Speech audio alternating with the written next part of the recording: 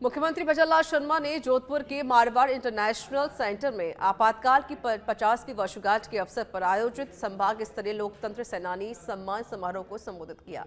इस दौरान मुख्यमंत्री भजनलाल शर्मा ने पूर्व मुख्यमंत्री अशोक गहलोत की ओर से आपातकाल को लेकर की गई टिप्पणी पर जवाब देते हुए कहा कि गलती की थी तो फिर उसके बाद गौरव सेनानियों का हक क्यों छीना। पूर्ववर्ती भाजपा सरकार ने जब जब इन सेनानियों को सम्मान दिया, सरकार बदलते ही कांग्रेस सरकार ने उसे बंद कर दिया। फार्म खेतलाई 32,164 और 5 साल में 29,443, ये आपका आंकड़ा है। यही नहीं, खेतों में तारबंदी का 2,53,000 और 1,13,000, ये अंतर आ रहा है। 5 साल का है, ये तो मैं 5 साल का बता रहा हूं। अगर वैसा बताऊं तो ये कहीं भी आगे नहीं है। 3 पन्ने मेरे पास हैं। जरा इनका जवाब क्या देंगे आप? आपके पास कोई जवाब ही नहीं है। मैं आपको इतना ही कहना चाहता हूं कि जिस तरह से आपने राजस्थान के युवाओं को, राजस्थान की महिलाओं को, राजस्थान के किसान को और मजदूर को धोखा देने का काम किया, उस दर्द नहीं समझ रहे हैं। उस राजस्थान के युवाओं का दर्द नहीं समझा। आपके कितनी बार पेपर लीक हुए? 1.5 साल में एक भी पेपर लीक हुआ क्या? ये नहीं दिख रहा है आपको? ये आपको देखना पड़ेगा। और ये हमको सलाह दे रहे हैं। आपकी सलाह को अपने पास रखिए, हमारी चिंता करने की जरूरत नहीं है। मैं आपसे यही कहना चाहता हूं मेरे भाई और बहनों, ये लोकतंत्र सेनानियों का जो देश के प्रति समर्पण भाव रहा है, मैं आपसे कहना चाहता हूं कि ये हमारे देश के लिए आप नीम की ईंट है। लोकतंत्र सेनानियों की ने जिस तरह का काम किया है लोकतंत्र को मजबूत करने का, आज पूरा देश आपने जो किया था और उस तरह से लोकतंत्र का बचाने का काम किया, आज हमारा लोकतंत्र उतना ही मजबूत हुआ है। आप सभी को मैं बहुत बहुत शुभकामनाएं देना चाहता हूं, बहुत बहुत बधाई देना चाहता हूं। और ये कहना चाहता हूं आपसे कि जिस तरह से इन्होंने हमेशा लोकतंत्र के लिए, हमारे लोकतंत्र सेनानियों ने जो पीड़ा एवं कष्ट सहे, उन्हें भारतीय लोकतंत्र के इतिहास में एक प्रेरणादायी अध्याय के रूप में हमेशा याद रखा जाएगा। लोकतंत्र की रक्षा के लिए उनके त्याग एवं बलिदान के प्रति हर भारतीय के मन में अगाध श्रद्धा और सम्मान है। आइए आज के इस अवसर पर हम सब मिलकर संविधान लोकतंत्र की रक्षा का संकल्प लें और हम सभी ये प्रण लें कि लोकतंत्र, संविधान और स्वतंत्रता की रक्षा के लिए सतत प्रयत्नशील रहेंगे।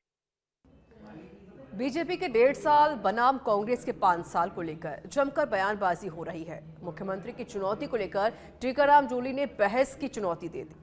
अब इस पर गृह राज्य मंत्री जवाहर सिंह मैडम ने भी जूली को बहस की चुनौती दे दी है। इसी को लेकर हमारे पॉलिटिकल एडिटर लाल सिंह फौजदार ने खास बातचीत की है, आप भी सुनिए। गृह राज्य मंत्री जवाहर सिंह मैडम है और इन दिनों तमाम सियासी बयानबाजी को लेकर हम चर्चा करेंगे। कल पूर्व सीएम अशोक गहलोत का एक बयान आया था कि आपके मुख्यमंत्री के खिलाफ साजिश हो रही है, दिल्ली में भी साजिश हो रही है और यहाँ भी साजिश हो रही है। देखिए, माननीय अशोक गहलोत जी का बयान मैं सोशल मीडिया पर देख रहा था। मुझे लगता है कि उनको अपनी सरकार के समय के सपने अब दिखाई दे रहे हैं।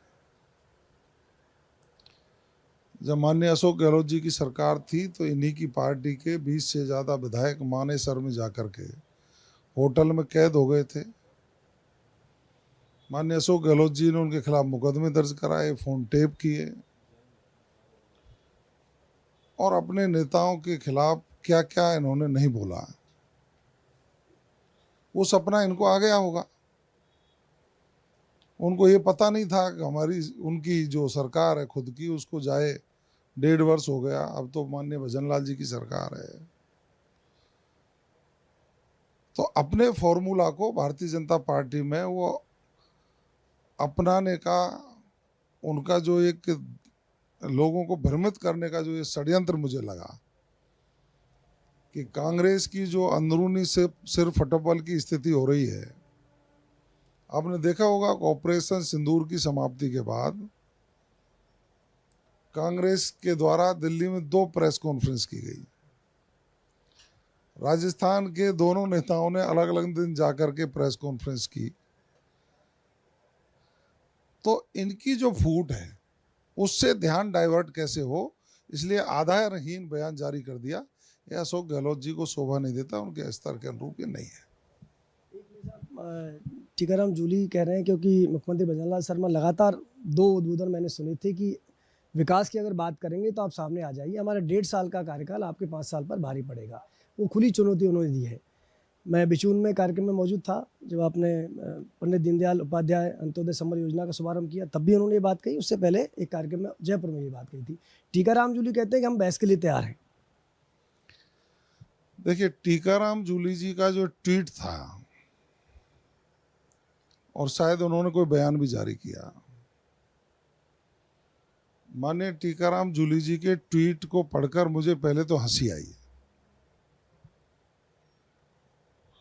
उन्होंने विधानसभा में उनके साथियों द्वारा बात रखकर सरकार को घेरने की बात अपने बयान में उल्लेख की है, और मुझे लगता है कि जब जब विपक्ष बोला तब तब उसको मुंह की खानी पड़ी। और टीकाराम जूली पर मुझे आश्चर्य इसलिए हुआ कि जब भी वो व्यक्तिगत मुझे फ़ोन करते हैं या मुझे मिलते हैं तो वो कहते हैं कि साहब ऐसी सरकार हमने कभी नहीं देखी। लेकिन उन्होंने हड़बड़ी में ट्वीट किया, क्योंकि डोटासरा जी में और उनमें एक अंदरूनी प्रतिस्पर्धा चल रही है। कांग्रेस में जो नेतृत्व परिवर्तन की बात आती है संगठन की,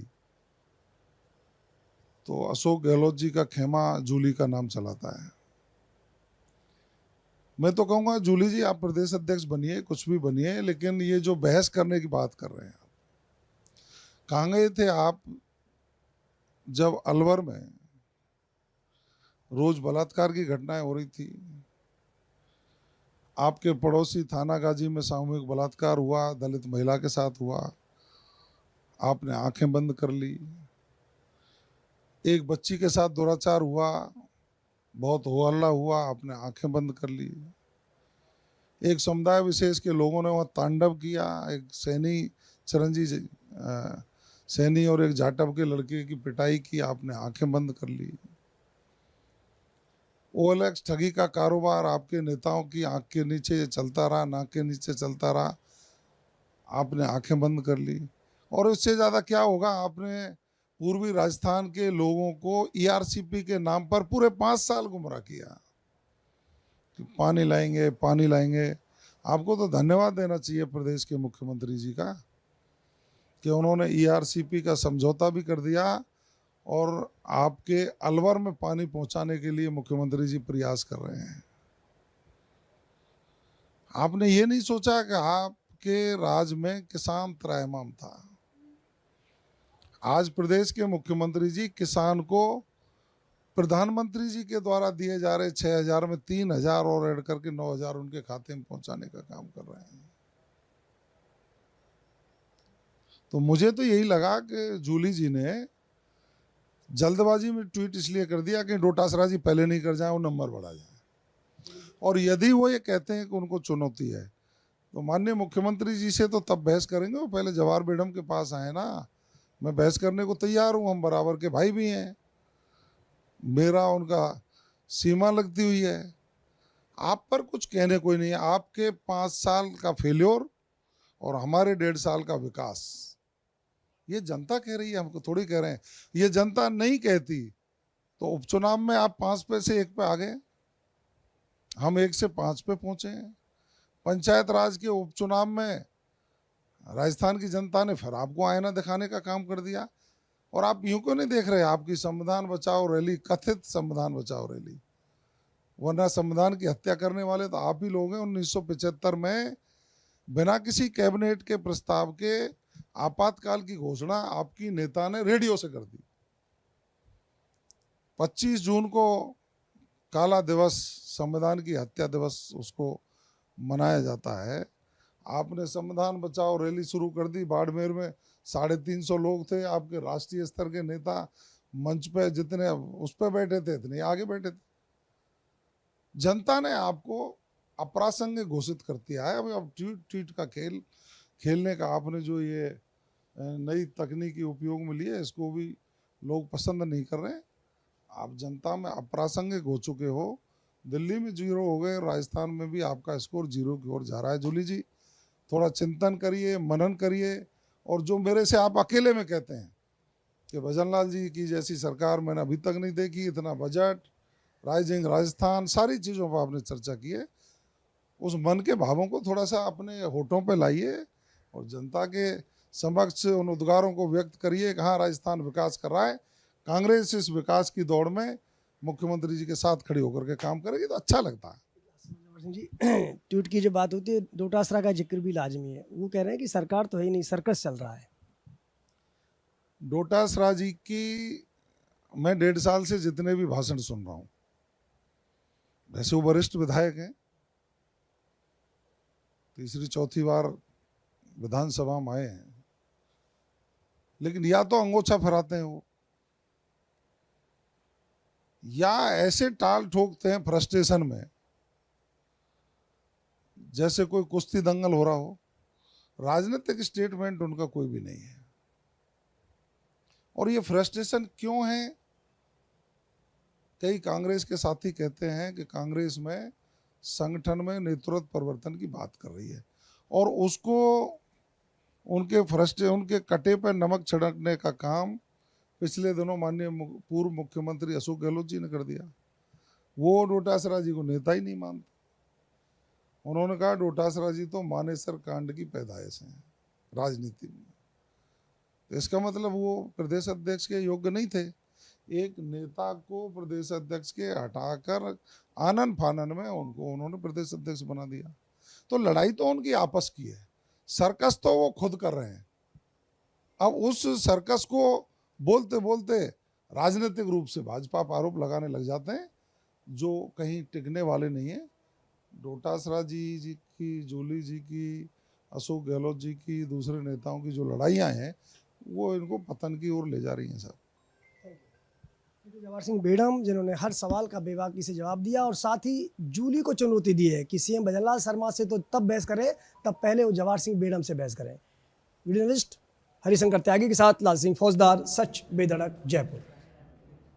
यूडीएच मंत्री जवाहर सिंह खर्रा आज एक दिवसीय दौरे पर कोटा पहुंचे। इस दौरान सर्किट हाउस में भाजपा कार्यकर्ताओं ने उनका स्वागत किया। वहीं नगर निगम कोटा विकास प्राधिकरण के कर्मचारियों ने अपनी समस्याएं उनके समक्ष रखी। मीडिया से रूबरू होते हुए जवाहर सिंह खर्रा ने बताया कि कोटा के रिवर फ्रंट सहित पूरे राजस्थान में जितनी भी गड़बड़ियां हुई हैं उनकी धीरे धीरे जांच होगी। सर्किट हाउस में कांग्रेस पार्षदों का प्रतिनिधिमंडल भी अपनी समस्याओं को लेकर यूडीएच मंत्री जवाहर सिंह खर्रा से मिला। इस दौरान सर्किट हाउस में कोटा दक्षिण विधायक संदीप शर्मा, पूर्व जिला अध्यक्ष हेमंत विजय, रामबाबू सोनी सहित वार्ड पार्षद, भाजपा पदाधिकारी मौजूद रहे। अभी पार्टी की तरफ से जो कार्यक्रम चल रहे हैं भारत सरकार के, 25 जून 2075 संविधान हत्या दिवस के संबंध में एक कार्यक्रम है। इसके अलावा अधिकारियों को बुला रखा है। जितने भी पत्र ज्ञापन मुझे प्राप्त हो रहे हैं उनकी समीक्षा करेंगे और पिछले दिनों जो केडीए को 700 करोड़ का ऋण दिलवाया है उसका किस प्रकार कोटा के सर्वांगीण विकास में सदुपयोग हो, इसके बारे में भी अधिकारियों के साथ विचार विमर्श। कोटा को लेकर काफी शिकायतें आई थी लेकिन कार्रवाई कुछ नहीं हुई। किस मामले में? रिवर फ्रंट को लेकर कही आई थी, पूर्व मंत्री ने अपनी मूर्ति बनवा ली थी, उस संबंध में भी कुछ नहीं हुआ। रिवर फ्रंट और कोटा में और कोटा के पूरे राजस्थान में जो गड़बड़ियां हुई हैं धीरे धीरे सबकी। श्यामा प्रसाद जी मुखर्जी जिन्होंने भारतीय जनसंघ की स्थापना की, आजाद हिंदुस्तान में जब कश्मीर को अलग करने का षड्यंत्र किया गया था उसके विरोध में शहादत दी, उनके बलिदान दिवस पर और आज से ठीक 50 साल पहले इस देश की लोकशाही पर जो राजशाही छाई थी, श्रीमती इंदिरा गांधी जी ने अपनी कुर्सी बचाने के लिए संविधान को ताक में रखकर तानाशाह तरीके से जो आपातकाल लगाया, उस काले दिवस को धिक्कार दिवस के रूप में मनाने के लिए आज पार्टी का कार्यक्रम है। पूरे देश में कार्यक्रम हो रहे हैं, आज के दिन पूरे राजस्थान में हो रहे हैं। उस निमित्त यहाँ लोगों के बीच में आने के लिए उत्तराखंड बस हादसे पर मुख्यमंत्री भजनलाल शर्मा ने दुख प्रकट किया है। मुख्यमंत्री ने उत्तराखंड के मुख्यमंत्री पुष्कर सिंह धामी से फोन पर बातचीत की है। राहत और बचाव कार्यों में हर संभव मदद पहुंचाने की अपील की। हादसे में राजस्थान के नागरिकों के सहित कई यात्रियों के हताहत होने की सूचना सामने आई है। अधिकारी समन्वय के साथ काम में जुटे हुए हैं। मुख्यमंत्री भजनलाल शर्मा ने दिवंगत आत्माओं को शांति प्रदान की, लापता नागरिकों की सुरक्षित वापसी और घायलों के शीघ्र स्वास्थ्य लाभ की प्रार्थना की है। प्रशासनिक स्तर पर तेज राहत कार्य जारी है। तो उत्तराखंड में देखिए जो बस हादसा हुआ है, अब इसको लेकर खुद राजस्थान के मुख्यमंत्री भजनलाल शर्मा ने उत्तराखंड के सीएम पुष्कर सिंह धामी से फोन पर बातचीत की है। साथ ही उन्होंने कहा कि जो भी मदद हम कर सकते हैं वो हम जरूर करेंगे। राहत बचाव के लिए हर संभव मदद करने की बात कही गई है। और इस बीच मुख्यमंत्री भजनलाल शर्मा ने जिनका निधन हुआ है उनकी आत्मा की शांति के लिए भगवान से प्रार्थना की है। साथ ही जो लोग लापता हैं वो जल्द ही सुरक्षित मिल जाएं, ये प्रार्थना की है। सवाई माधोपुर में राम जल सेतु लिंक परियोजना के अंतर्गत बनाए जाने वाले डूंगरी बांध निर्माण को लेकर विरोधाभ्यास शुरू हो गया है। प्रधानमंत्री नरेंद्र मोदी के नाम डूंगरी बांध परियोजना को लेकर भारतीय किसान यूनियन के प्रदेश प्रभारी मदन मोहन राजौर ने पीएमओ में आपत्ति दर्ज कराई है। साथ ही डूंगरी बांध निर्माण की तमाम प्रक्रिया पर जनहित में तत्काल प्रभाव से रोक लगाने की मांग की है।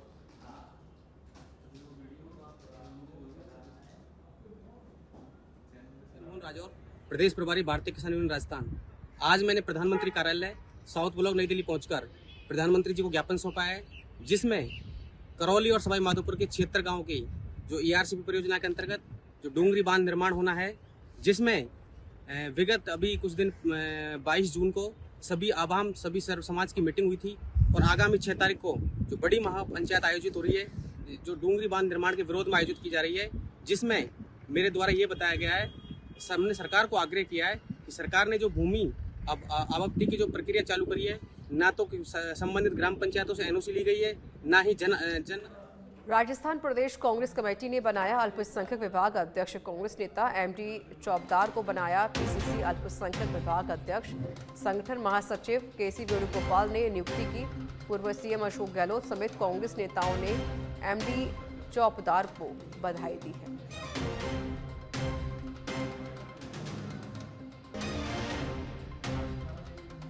केसी वेणुगोपाल ने नियुक्त किया। पूर्व सीएम अशोक गहलोत समेत कांग्रेस नेताओं ने एमडी चौबदार को बधाई दी है।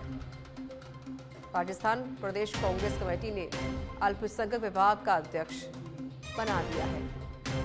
आपको बता दें, कांग्रेस नेता एमडी चौबदार को पीसीसी अल्पसंख्यक विभाग अध्यक्ष बनाया गया है। संगठन महासचिव केसी वेणुगोपाल ने ये नियुक्ति की है और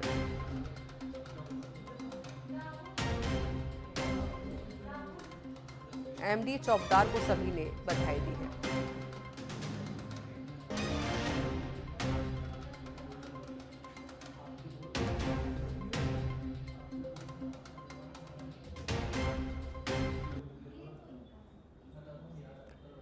तो अल्पसंख्यक विभाग अध्यक्ष नियुक्त कर दिया गया है। कांग्रेस नेता एमडी चौबदार अल्पसंख्यक विभाग के नए अध्यक्ष बने हैं और केसी वेणुगोपाल ने ये नियुक्ति की है।